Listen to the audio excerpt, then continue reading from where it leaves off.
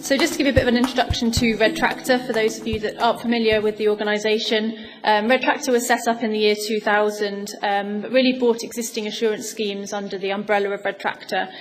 So previous to that, we did have a UK beef and lamb assurance scheme, which was established in the mid-90s, following a number of food safety scares, which Nicola mentioned this morning. The Red Tractor scheme covers 6 main agricultural sectors, so beef and lamb, dairy, pigs, poultry, fresh produce and crops, so pretty much everything apart from fish and eggs.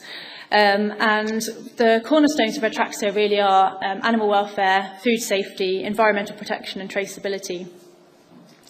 Within the beef and lamb scheme, we've got about 24,000 members across England, and then we recognise national schemes across the rest of the UK, so in Scotland, Northern Ireland and Wales. All the farms are independently inspected by certification bodies that are accredited to ISO 17065, and they're inspected at least every 18 months against all of those standards. As has already been mentioned a couple of times this morning, antimicrobial resistance is a global threat to both human and animal health, and also within our industry, also to consumer confidence. It's an issue that is regularly being picked up by the media, and I think the understanding of the issue amongst consumers is variable. Within the EU and within the UK, we have really good, robust legislation around the use of antibiotics in animals, in that antibiotics have to be prescribed by a veterinary surgeon, and their use must be recorded. We've also had legislation in place since 2006, which has prevented the use of antibiotics being used as growth promoters, so legislation in place for over a decade on that. In addition to ensuring legislation is being adhered to, as Red Tractor, we also require proactive health planning, as Nicola spoke about this morning. All of our assured farmers have to keep records related to the health and performance of their cattle and review that, along with collated data on their antibiotic usage with their vet, at least on an annual basis. And these changes were really brought about in the middle part of this year, so only in June. So in terms of Carlos's bid for this to be about impacts, really we don't really know the full impact of these changes yet, because they are still so new. The second element to those changes was to only permit the use of highest priority critically important antibiotics as a last resort, and that had to be demonstrated through culture and sensitivity testing. This is really making sure that antibiotics are used as little as possible but as much as necessary. So coming on to what we've learned really in making these changes, we know and we knew that the beef sector in the UK was a low user of antibiotics, but the one thing we've really struggled with within the UK is having data to demonstrate that. As I said, farmers have to keep records on farm of what antibiotics they're using and what's been administered, but those records really are farm-based documents and can be on paper. So there's no central system to collate that data. The changes that we made to our scheme in June earlier this year was really about getting farmers to start to think about collating that data ready for a central system, and that's currently in the pilot scheme, or pilot stages rather, and has been developed by the AHDB, which is the levy body within the UK. We've also worked closely with the Responsible Use of Medicines and Agriculture Alliance, and that's an industry organisation that's set up with representatives across the industry, and they set up a Targets Task Force on the back of the O'Neill report on antimicrobial resistance. And that Targets Task Force took a representative, both a farmer representative and a veterinary representative in each sector, and they were responsible really for bringing their sector together to set some industry-wide targets. Which they did in October last year, and those targets are reflected in the targets that Nicola spoke about this morning. That Targets Task Force has really been critical to the way that we've developed our standards in terms of having that base really set by RUMA and the targets for us to be able to develop standards that will help deliver against those targets. I think another part of our learning on the changes has been that we've had to communicate with veterinary surgeons more so on these changes to our standards than ever before, and actually reaching those veterinary surgeons that are prescribing medicines to to livestock has been quite a challenge. Whereas we have a good database of all the farmers that are covered by our scheme, the veterinary surgeons are not covered in the same way. So actually being able to reach those vets has proved quite a challenge. But we have done more communication with the vets than we ever have done before.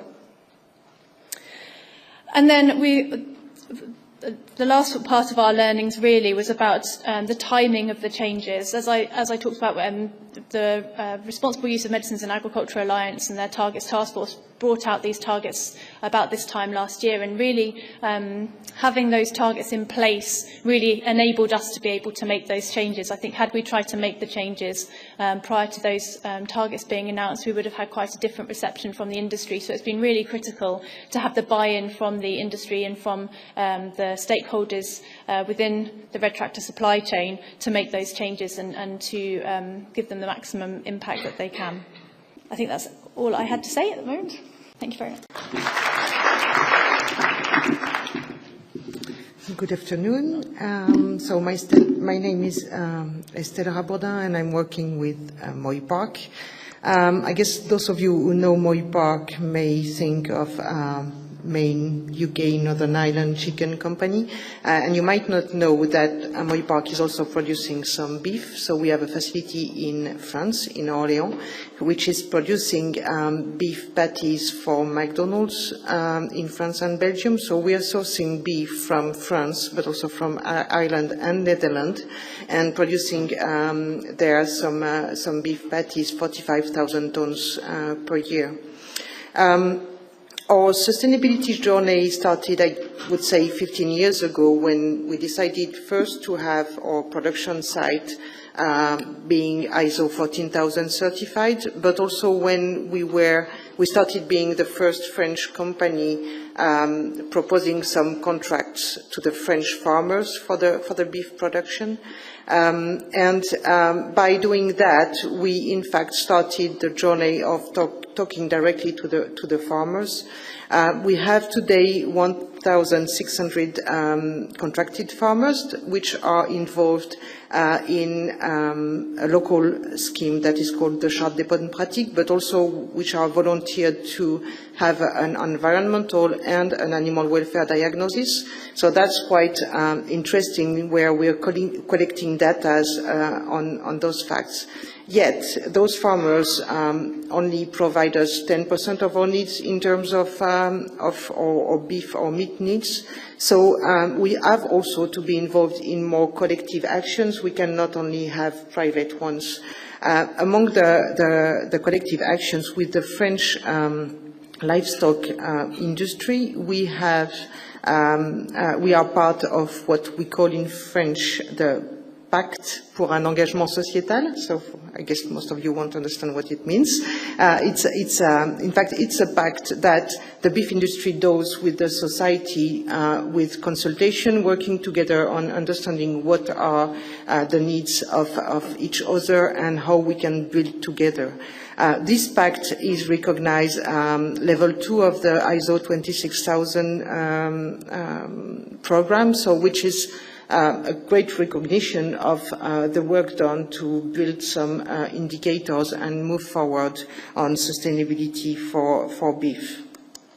One of the key priority that we have in the pact and that we have in the European Roundtable, and I guess that most of the roundtables have, is around carbon emissions of beef production.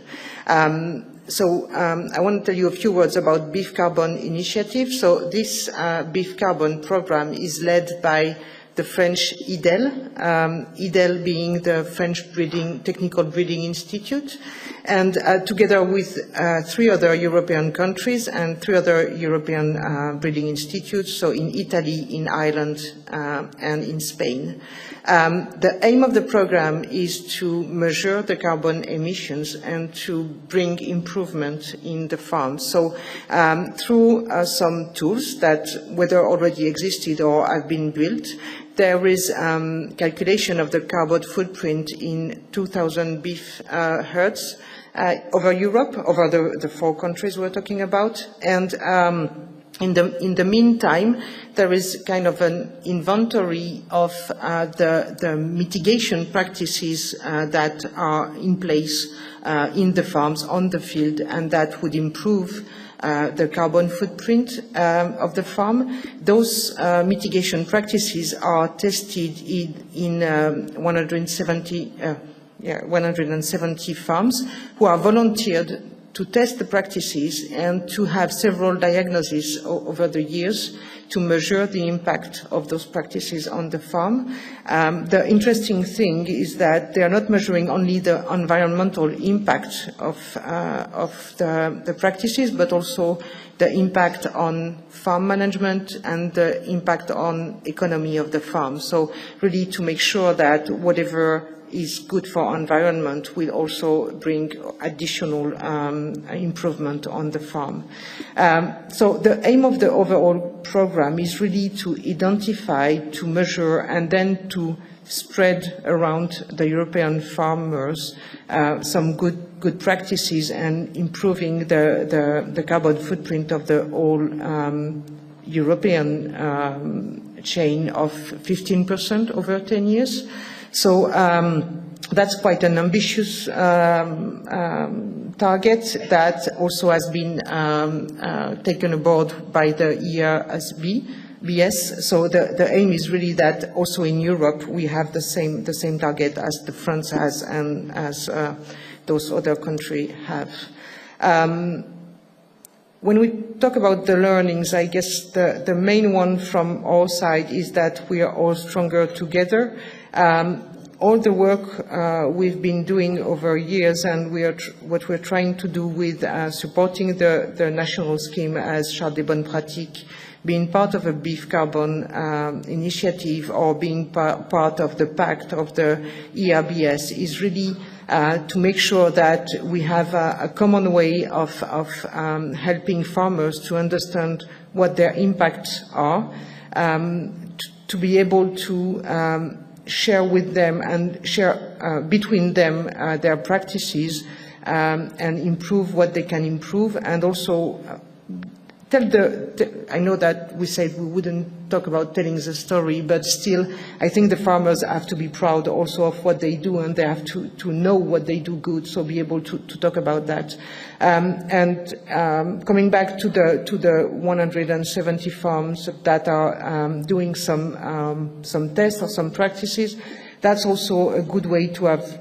I mean, the nice story comes from the farmers, and the farmers trust more each other than they would trust us as whether as the industry or even sometimes regarding scientists. So it's good that the farmers try the things themselves, and that they're able to testimony of what are the results.